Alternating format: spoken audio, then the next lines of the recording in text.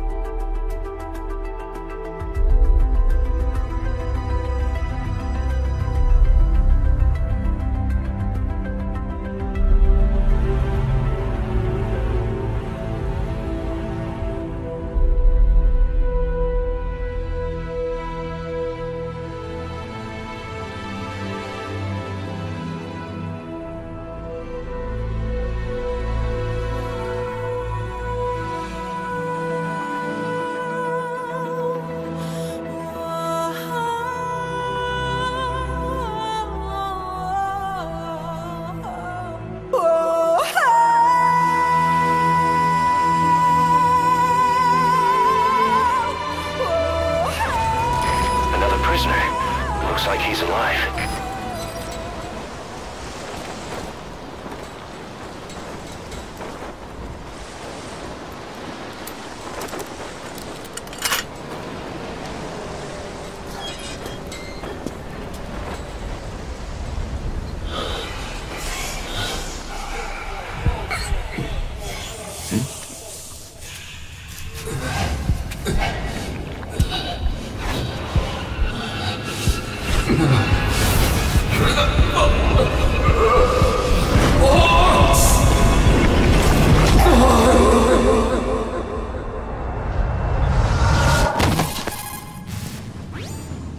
The first clue that Iraq might be important to MGS5, of course, was provided by, well, the entirety of Metal Gear Solid 5 Ground Zeroes. The game's setting, historically, is key. It may be a nest of paradoxes, but one thing is clear. It's for the most part anyway, set right at the end of the American adventures in Indochina, smack dab in the middle of the 1970s. This known broadly as the era of Vietnam. This is also the same era, precisely speaking, when Donald Rumsfeld first served as Secretary of Defense. Yep, speaking of paradoxes, he would reprise this position under the presidential administration at the turn of the century of George W. Bush. Rumsfeld, in the perfect beginning of a whole host of similar Orwellian paradoxes to follow, wound up being both the youngest and oldest Secretary of Defense in American history. Rumsfeld was, of course, instrumental in not only establishing the detainment camp in Guantanamo Bay, Cuba. This certified sadist had a certain way of approaching both enemy POWs as well as his own people, a way that I would argue would ultimately prove fundamental to grasping Hideo Kojima's MGS5. What was that certain way of Rumsfeld's? To treat them, to force them to behave and effectively, at least around him, become dogs. Quote, Gitmo Prison Commander Major General Jeffrey Miller's advice to the overseer of the U.S. prison complex in Iraq when he was asked by Rumsfeld to basically import the Gitmo model into Iraq. Quote, if you allow them to believe at any point they are more than a dog, then you've lost control of them, end quote. I could go on, but that's for a future video about Rumsfeld. Let's just settle for now for some just basic evidence and connections between Iraq, or the global war on terror generally, and MGS5. After a brief stay away in Cyprus in the Phantom Pain, which, by the way, I should note, Rumsfeld was involved during the so-called UN peace process there after the brutal civil war erupted there in the mid-70s, which shielded him, coincidentally, from the aftermath of Watergate. But anyway, we enter into MGS5 proper after Cyprus in Afghanistan. And it is there we find this game has a story whose actors and, well, even basic plot beats, they perfectly satirize the era of the dawn of the global war on terror, the one that really surrounded the Iraq War. Let's briefly consider how.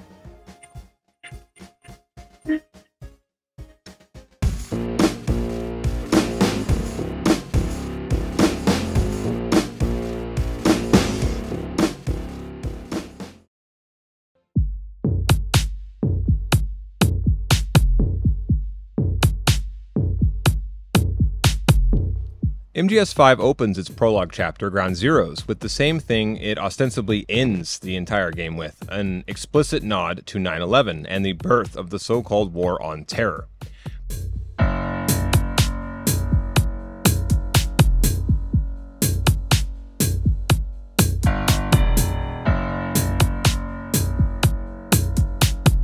But that's hardly the only nods the game has to make to relatively recent events. It'll just take some work to spell things out. A major theme of MGS5 is the death or severe damage being done to literacy in the early 21st century. The trick the game has to play here is to make explicit reference to historical events without the player even registering it. Those old enough might feel the prick of nostalgia here and there, but many of them will not really be able to place it. If we compare this to, say, how MGS3 handled history, what do we find?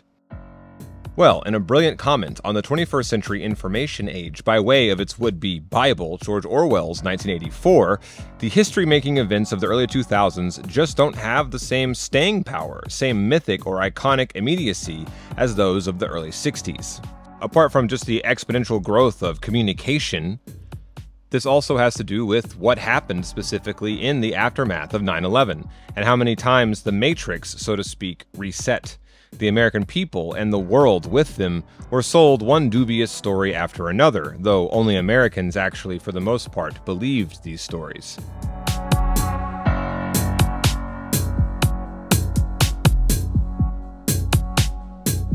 Things, as a result, became formless. In Orwell's words, everything faded into mist and vapor. So many different red herrings and controversies and big news events had come and gone, had passed down the collective memory hole, that only then something like the Phantom Pain really became possible. It makes flagrant references to what can best be described as forgotten history. Ironic, given MGS3 was also secretly commenting on the Iraq War. But I digress. Now, I'm not here to tell you the end-all be-all truth behind world events, least of all because I don't know that such a truth even exists. All I can offer is my best swing at some of the various ways MGS5 makes allusions to real events like the Iraq War, and how the way it does so debatably ties back to its bigger themes. I of course encourage all my viewers to try doing some of their own reading, and hopefully I won't indoctrinate anybody too badly into my own worldview. Alright? So there's big picture nods to Iraq here, and then there are more minutia level references. Let's provide some evidence to my general argument with some of those specifics, and then we'll go big picture. 1. Chain of revenge and missing body parts. The mutilation in Fallujah began the Iraq War, and throughout this era there was an enduring image of beheadings, both literal and metaphorical. The Bush administration loved to repeat that Hussein's regime was being decapitated, and the terrorist group ISIS formed following the beheading of one Nicholas Berg, this done as revenge for the Abu Ghraib prison scandal, a scandal which would also ignite the formation of the terrorist group ISIS. All of this to get revenge against something done by overzealous Americans under the influence of the CIA, steered as they were during the Abu Ghraib incident towards revenge for 9/11. 9/11, which was supposed to be revenge against the US for backing Israel. So you see the chain of revenge and retaliation is It's what Metal Gear Solid 5 is all about, and it's what the Iraq War was all about. And that brings us to the Abu Ghraib scandal and Ground Zeroes. The horrific sexual abuse that occurs in Ground Zeroes is in part a nod to incidents which took place in not only that game's real-world setting of Guantanamo Bay, Cuba, but the more publicly known incidents and images from the Iraqi prison facility at Abu Ghraib. And all these Americans, they were acting convinced, thanks to the Bush administration, that Iraqis were to be revenged against for 9/11, like I mentioned, even though Iraq's involvement would ultimately prove to be, when it comes to 9/11, a ruse. Like our intel on Skullface, which winds up to be faulty, Hussein and bin Laden were never allies, they were mortal enemies. And that brings me to the paper tiger threat that is Sahelanthropus, and the phony WMD threat posed by Iraq's dictator. It'll be fear for Sahelanthropus' existence that will sort of propel the system, later to be known as the Patriots, into creating their own Metal Gear countermeasures, which will essentially trick the system into doing Skullface's bidding from beyond the grave. The phantom threat of Saddam Hussein's WMD will lure America into destabilizing this region, bonding itself to a generation-long warfare, the scars of which will still be healing for years to come. The phrase Sadr could double as a reference to the district in Baghdad of Sadr City, where Sunni extremists in February of 2006 began a violent crusade against their religious rivals. Malak, or angel, could also refer to Nouri al-Maliki, the first prime minister of post-Saddam Iraq. Then, of course, we have Huey's show trial and Saddam's show trial in November of 2006. And the USS Abraham Lincoln of Mission Accomplished fame, the site of George Bush's infamous declaration that the war had ended, even though it was still very much ongoing. That aircraft carrier, it resembles Mother Base.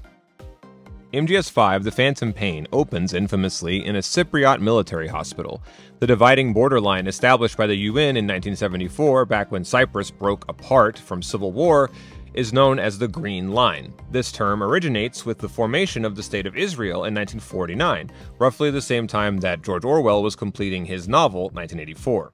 And Iraq has its own Green Line, as well as a Green Zone. The Iraqi Green Line, according to the South African Journal of Military Studies, was created by Saddam Hussein, Iraq's former dictator, in 1991 to ethnically cleanse Arabs from Kurds.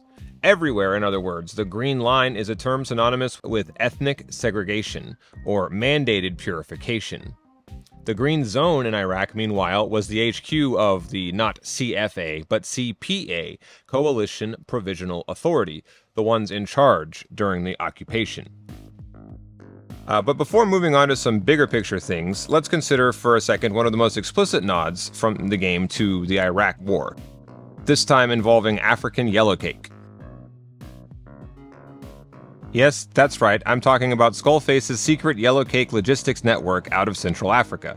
Essentially, Skullface engineers an ingenious method of proliferating nuclear materials to armed groups the world over, which cannot be detected by normal methods. This phantom caravan that we follow in the game contains uranium, which can be enriched instantly and covertly, making the caravan a kind of mobile production plant for, essentially, WMD or chemical weapons. Then we have the persistent threat of some unidentified bioweapon throughout the game, which attacks our organization out of nowhere and pushes us into war. That, of course, is a nod to the anthrax scares that propelled America into the war following, in between 9/11 and the beginning of the conflict in Iraq. And then there's Sahelanthropus' depleted uranium armor, which is a nod, of course, to the depleted uranium rounds that would be used in Iraq, to say nothing of the nuclear ruse that I mentioned before. The Yellowcake trading convoy combines together two of the claims the U.S. made to the UN on February 5, 2003 against Iraq. The U.S. claimed that Iraqi dictator Saddam Hussein had obtained yellowcake smuggled underground from a French mining consortium in the country of Niger. Claims were also leveled, accusing the Iraqis of, to quote The Guardian in 2004, building, quote, a fleet of trucks and railway wagons to produce anthrax and other deadly germs, end quote. That's right. Part of Skullface's evil plan comes straight out of America's worst nightmares on the verge of the Iraq War. As for the bioweapon connection, a run of mysterious anthrax attacks by U.S. mail proved crucial, as I mentioned, to cementing in the build-up to the war, in the American mind, a link between 9/11 and Iraq, between fantasy terror attacks to come from fantasy secret agents and operatives among us, fantasies involving the forces of Iraq's Hussein. Allegedly, fear over Hussein developing WMD-class weapons for terrorists or helping them obtain them in other ways is what partially led the US to begin the war on March 20th, 2003. Words can't really convey the Orwellian paranoia and hideous ecstasy of hatred and fear that consumed America after September of 2001 and leading up to that war. But the Phantom Pain is clearly positioning itself at the apex of that particular miasma. And now we turn to that bigger question of why, how this all adds up to make MGS5 so brilliant. I could say more, and I would love to say more, but monetization is a real concern here, boss. The Patriots have it out for this kind of content, so I'll just have to drip feed these little by little. Until next time, boss.